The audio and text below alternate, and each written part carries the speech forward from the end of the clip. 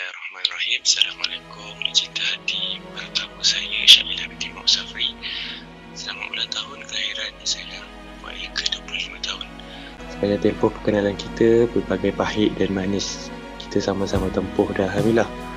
Kita dah berjaya bertunang, sayang. Tahun ni merupakan tahun terakhir kita berdua hidup sebagai seorang bujang. Pada tahun depan kita sudah duduk di bawah bumbung yang sama.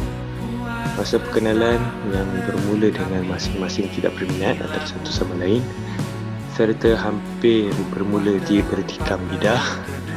Tapi ini semua rahsia Tuhan, yang mana setiap kesedihan pasti ada kemanisan, dan kemanisan di hujung ni. Sayang, terima kasih atas kehadiran awak di dalam hidup. Banyak yang saya belajar daripada awak sendiri, daripada segi belajar untuk sering memohon maaf, take accountability whenever kita yang buat silap. It's okay, yang mana kita masih still belajar daripada bawah, dan maybe dengan kita belajar daripada bawah, lagi banyak rezeki yang akan datang. Sayang, your punya backstory does not affect in our relationship.